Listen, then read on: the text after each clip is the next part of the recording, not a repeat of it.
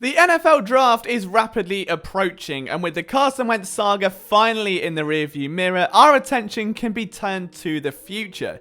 This is an important offseason for the Eagles. With 9 picks in the upcoming NFL draft, they have to provide Nick Sirianni a strong foundation to begin his legacy on. How can they do that? Here's one possible outcome. This is my first Eagles mock draft of the offseason. I can't wait to hear what you guys think of it. Let me know down in the comments section below. And of course, this did go out on phillysportsnetwork.com a few days before. So if you want to make sure you're getting the latest Eagles coverage, make sure you're heading to our website and getting the best and the latest in the world of Philadelphia sports. We're going to start things off with round 1, pick number 6, and there is only one player to select here. It is Kyle Pitts out of Florida, the tight end. And the debates around Pitts will rage on all off season long. Is he just a tight end, or is he this superhuman 20-year-old who can line up anywhere, move like a running back, catch like the wide receiver with the frame of a tight end? And after watching some tape, I vote the latter. The issues Eagles fans have with selecting Pitts largely revolve around the fact that Jamar Chase, Devonta Smith, and Jalen Waddle and the other top playmakers in this class should still be available at that range. Those debates ignore the fact, though, that Pitts may well have the highest upside of any skill position player in this year's class. And I know what you're thinking, the Eagles need a wide receiver, but they only drafted Jalen Reagor 1 year ago, along with 2 other wideouts, and the offensive coaching staff was absolutely blown up this offseason. Only 2 names remained. One of them was Jeff Stoutland, the other wide receivers coach Aaron Moorhead. The team clearly believe in his ability to develop talent, so why put a cap on Reagor's ceiling after just 1 year? As a player, Pitt is a dream to watch. He's a monster in the red zone, a crisp route runner, and a yak machine. Replacing Zach Ertz with an elite tight end prospect makes sense, and of course Dallas Goedert is a free agent after next season, when we know the Eagles' salary cap issue still won't have totally vanished yet. This pick makes sense both logistically and financially if they're going to go with a receiving option at 6. I understand the desires for guys like Devonta Smith and Jamar Chase. I just feel like this is the better way to go. Round 2, pick 37, cornerback Eric Stokes out of Georgia. And look, the Eagles really need a corner who's over 6 foot, and I'm sorry, the Tinder bios of guys like Avonte Maddox just aren't cutting it anymore. Need a corner who's comfortable in man and zone and has the deep speed to hold his own outside. Not only for the huge CB2 vacancy, but they need an heir to Darius Slay's throne. And if they're not going to take Patrick Surtain, Stokes is the guy here. He's 6'1", 185, and has remarkable footwork, which means he can mirror receivers well, play trail, bump and run technique without an issue, and the only touchdown he allowed all season last year was to Devonta Smith, of all people, so let that sink in. He's not the most technically sound, and he can get very grabby if he's beaten off the line, but discipline and confidence can be taught while raw athletic traits cannot, and he's got them all in an abundance. He's a physical corner who likes to tackle and has a real nose for the ball. Now, there are some concerns that his interceptions have all been kind of lobbed into his chest as opposed to him attacking the high point of the ball. I don't really care. This Eagles defense doesn't generate turnovers with rangy ball hawks anyway, as we've come to know. What they need is someone who isn't going to get beaten off the line and just absolutely abused while Darius Slay holds his own on the other side of the field. He has swagger, physicality, and sheer athleticism to finally stop the bleeding at CB2 and develop into a future CB1. Round 3, pick 70, the Eagles are going to get themselves a starting Mike linebacker, because if they don't, he's going to end up Cameron McGrone. Cameron McGrone out of Michigan could be a really snug fit. There is a risk that he's only had 19 games of experience after starting in 2019 due to injuries, and his 2020 tape wasn't as impressive as what we saw in the year prior. But overall, there is a lot to like. He is a very penetrative linebacker. Behave yourselves. And his tackling is fundamentally sound, which should actually encourage a lot of Eagles fans.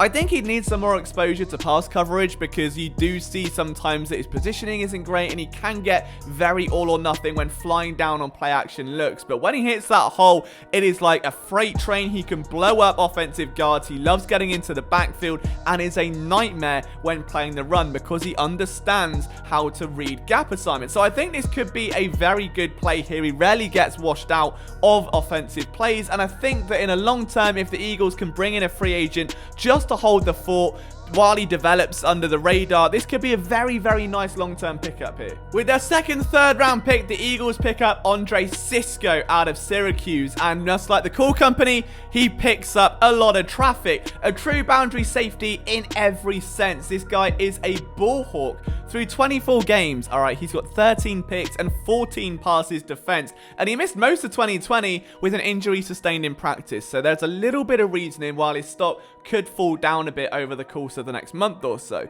However, he isn't the most secure tackler. I think that works in favor of the Eagles though, because they don't need a box safety. They might bring back Jalen Mills. I think Kayvon Wallace can fill that role if needed. What they need is someone to eventually replace Rodney McLeod as the boundary safety, someone that's going to sit over the top, away from the ball, pick up deep crossing routes with speed, able to bite down on crosses and make a play on the ball. I think he can do that. He's shown he's not only got the speed to keep up with twitchier slot wide receivers, but he's a very fluid athlete who can keep the cap on center field. This is a great pick for the Eagles here. I love this guy's tape.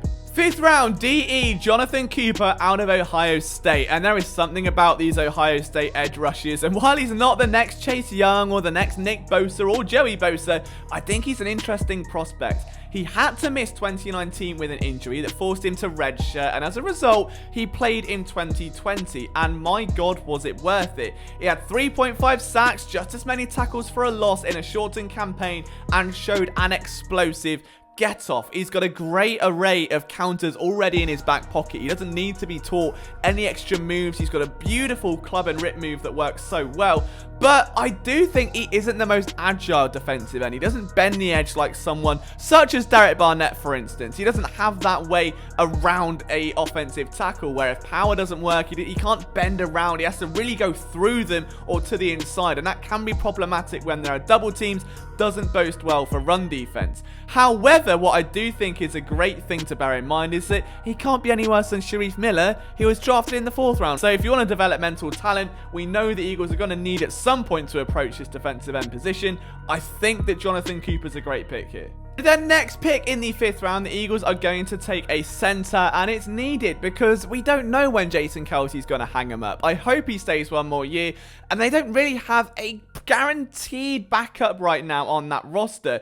I think Drake Jackson could be that guy in the 5th. Now, there are some fringe 1st and 2nd round guys the Eagles could always trade up to get one, but this Kentucky center for me it's gonna be a developmental project which the Eagles can afford, and we know how Jeff Stoutland is with those developmental guys. Sayamalo was a 3rd round pick, Jordan Mailata a 7th round pick, Vaitai went from a 5th round pick to a $50 million man. We can get these guys early, we can develop them, and I think that a 4-year starter in the SEC who's battle tested, played through a separated shoulder at the Senior Bowl, could absolutely be a home run. Now he is a bit undersized at 6'2", 290, but he's a solid pass protector who uses his hands well and invites defenders to put their hands on him first and create that leverage. Now the worry here is that his size may limit him athletically when getting to the 2nd level, which Jason Kelce does so well, but let's not forget here that Benny Snell Jr. had back-to-back 1,000-yard campaigns behind him. In short yardage situations, he's not someone that's going to push the pile and shove a defensive tackle north so your running back can get in, but I don't think it's that big of a deal depending on who he's going to be situated around. And it is worth noting that according to Pro Football Focus, he only allowed 1 sack in 3 years. This is a nice project to work on. I think Drake Jackson's got a lot of upside. If he lands in the right spot, could well be a great player in the future, and there's no better coach than Jeff Stoutland. 6th round, pick 165, wide receiver Amir Smith-Marset. Now, I understand what you're thinking. Why have I left a receiver this late? You guys know I love my sleepers. We go back to Penny Hart a few years ago. John Hightower this past year. Look, leave it out, okay? I still believe. We missed out, okay, on Devonta Smith. I get it. What about someone who is also listed at 6'1", around 175, and is still a blazer? Smith-Marset out of Iowa can be used all across the formation on screens, pitches, going deep, and is a very crisp route runner. He also had 2 kick return touchdowns in 2019. There's no Deshaun Jackson anymore. We understand the team need clearly a new kick returner. I think this guy could fill those boots very nicely. He's an absolute menace. He's got a filthy stutter step off the line. It's gorgeous to watch. Brilliant hip control, contest catches, high points the ball, and he does remind you a little bit of Brandon Ayuk, and I don't say that lightly, and I don't mean he's got that second round potential, but I want to say that Iowa is a very run-heavy offense, and that may have limited his production. In 2020, he had 345 yards and 4 touchdowns in 7 games in what is a very run-heavy offense. He also ended his season in an injury, which doesn't help his stock, but I do think when you watch him on tape, he is absolutely a steal if you can get those raw traits, which is speed. Again, it's that physicality to push through contact during the stem of the route. I love what he brings to the table. He's got the size to play the X. He's got the speed to hold his own as a Z. I think he's got the ankles and the twitchiness as a route runner to play that Y spot. So there's a lot of upside here. I love this guy. There will be a film room coming. Just hold tight because this guy could be a menace in the future. And finally, 7th round pick, Zach Thomas out of Appalachian State. Now, drafting a quarterback here means that it is competition for Jalen Hurts, but it's not threatening. They can do that with a free agent like Tyrod Taylor, who may not be that immediate threat or someone that isn't going to take that long-term security away. Now, completing a career-high 63% of throws in 2020 wasn't perfect for Zach Thomas, but it's clear that he does have some potential. He's got a smaller frame at 6 foot, 200 pounds, which will work against him, and I do think that his lack of velocity and touch on a deep ball isn't what you want to look for in a QB. But I hate the way he's a winner argument. He's won the Sun Belt 4 times in a row. He's been to 5 bowl games, and when you're looking for a quarterback that late, you want to find someone with natural leadership traits, someone that can be coached and developed. Again, another run-heavy offense may not have made things easy for Zach Thomas. He's clearly one of Appalachian State's most gifted quarterbacks in team history.